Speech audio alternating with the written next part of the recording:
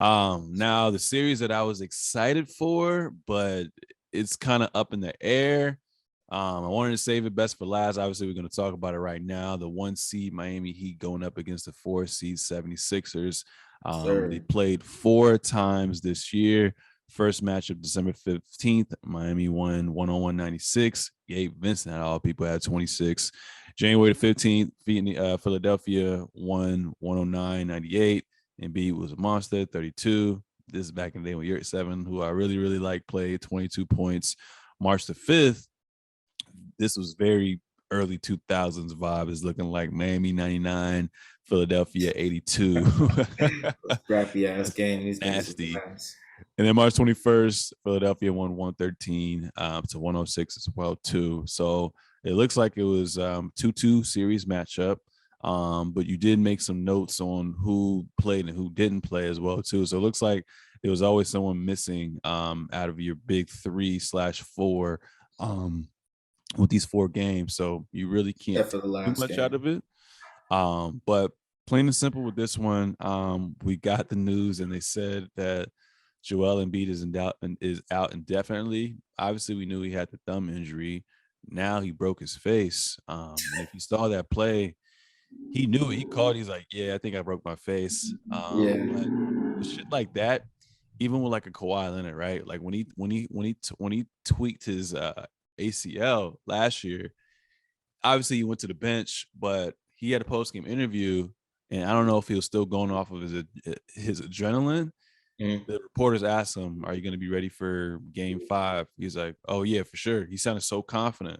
So obviously, and B kind of did the same thing. He was sitting down on the bench, and he said that, I think I broke my face. It is what it is. This is the playoffs.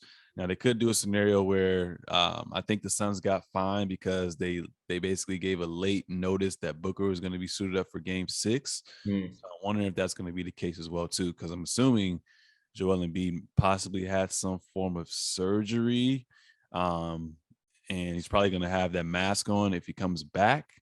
Now it kind of works in his favor because if he does come back, I see him coming back by game 2 or 3, um, in my opinion. Because right now, Miami's the number 1 seed. They have home court, so you're supposed to quote unquote take care of home court.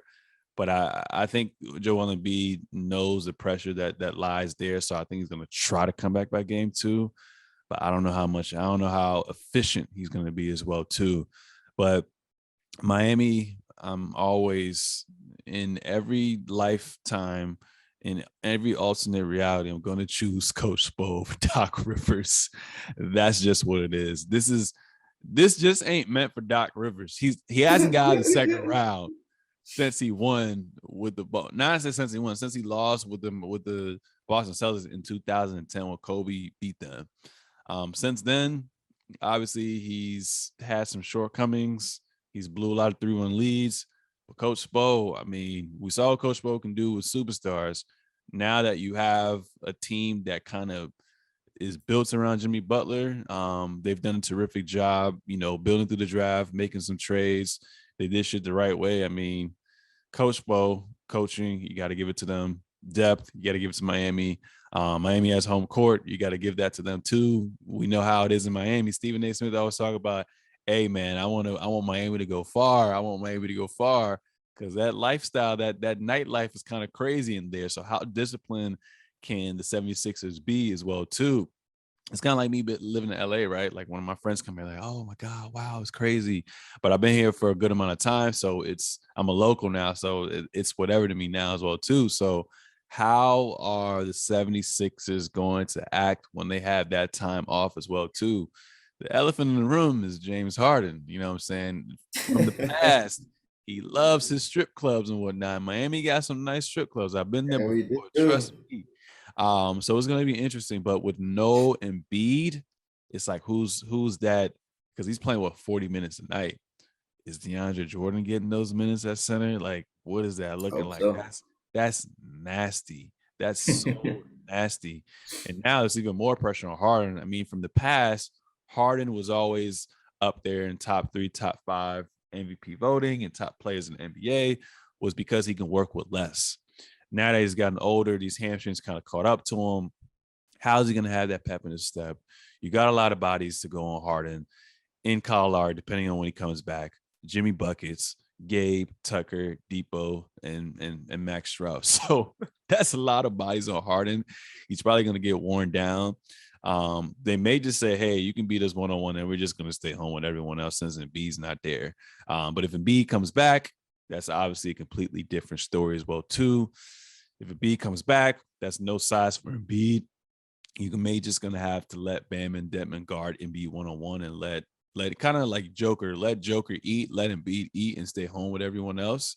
But like I said, it's one of those things where we're being highly optimistic. We don't know if he's going to come back. Like I said, I'm assuming he's coming back based on what he said. He's played through a torn meniscus last year. I mean, the face is obviously something that's different, especially when he gets fouled and whatnot. So we're going to see what that's looking like. I wouldn't be surprised if they numb him up a little bit as well, too. But if Joel Embiid can't come back, if Joel Embiid don't come back, I got Miami sweeping them. Like, Harden's great. He showed a little promise in game 6 against the Raptors, but there's too much depth. And I mean, I just feel like with Embiid, like this is gonna also solidify why we should have voted him for MVP. So we're gonna see what happens. But also Tybal, he's going to be able to play in Florida and also obviously in Philadelphia. So that's going to be interesting. Maxi's going to definitely have his work cut out for him as well, too. I think Maxi and Harden may be struggling with this series as well. I mean, Toronto's kind of like the Celtics where they have a lot of size. And the smallest player is really Fred VanVleet. So that may be interesting. But no Embiid, who basically determines how the offense is going to be run. Let's assume he comes back by at least game 3. I think you guys go up 2-0. So it's a level of urgency to kind of come back. I think Embiid's probably going to win you one game. There's just so many red flags with that depth, with the coaching, and Embiid's injury. Overall, I'm going to say Embiid comes back at some point in the series. I'm going to say Heat in 6. The Heat in 6. I said 7 at first, but I got the Heat in 6. But if Embiid doesn't come back at all, it's a sweep. What about you? Yeah, I got Heat in 6 as well. I would love to, like I said the last time we did these previews, it's Heat in 5 is like the thing for Heat culture fans to say. I do want to give respect to the 76ers and say Heat in 6. So to get into it, obviously with no Embiid, it's gonna kind of be like, could we do the Trae Young treatment to Harden and Maxey? Now we kind of can. Where if you're at the top of the key, my two wing defenders are gonna be prepared to basically form basically like a like a corner of a box against you, so you can't get into the paint, you can't get into that foul trouble. You're gonna have to start shooting threes on your own, step back threes, stuff like that. We're gonna get them early in the shot clock.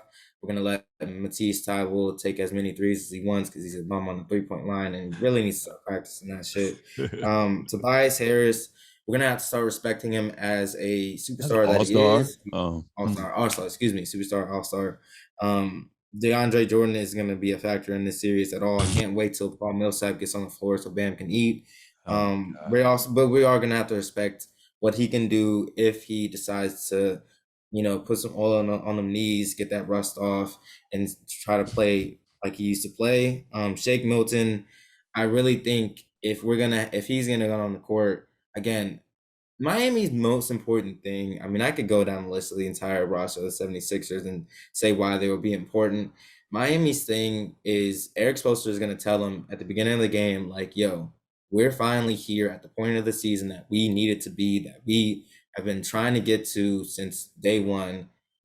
If you don't want to bring that effort, we're going to lose the game. If you want to win this, bring the fucking effort, yo. He's going to throw all the curse words at him. He's going to tell Jimmy, yo, you're Jimmy fucking Butler. This is the 76ers, a team that didn't want to pay you, that wanted to pay Tobias Harris.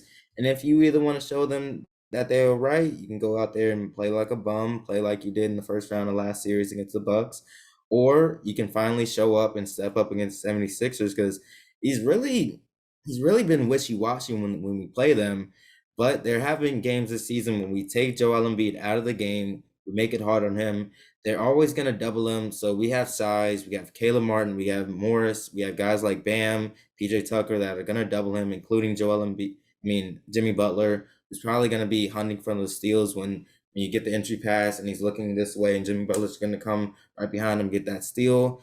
Victor Oladipo probably does get minutes in this series at some point because Maxey, if he gets a little too dangerous, if it gets a little too dangerous, I do think you should start limiting the way Tyler plays. If Tyler doesn't show up in this series, I would start putting Victor in.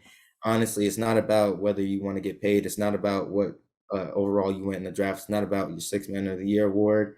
We're trying to get these wins in, and if Victor is the one that's going to get it done, then put Victor in the game. Gabe Vincent is the guy to come off the bench for Kyle Lowry if Kyle Lowry isn't healthy or isn't when he is healthy, he has a second string. So that is going to be good for, guarding James Harden, guarding Tyrese Maxey. But yeah, like you said, if Joel Embiid doesn't come back in this series, and last time he did get this orbital fracture, it was on the left side and he was out for 3 weeks, including the first 2 games of the 2018 playoffs. But this is on the other side, and they said it isn't going to require surgery. So we don't know, but again, it is a mild concussion, and they're saying that it is a 5-day window, so he could be get back by game 2 or game 3.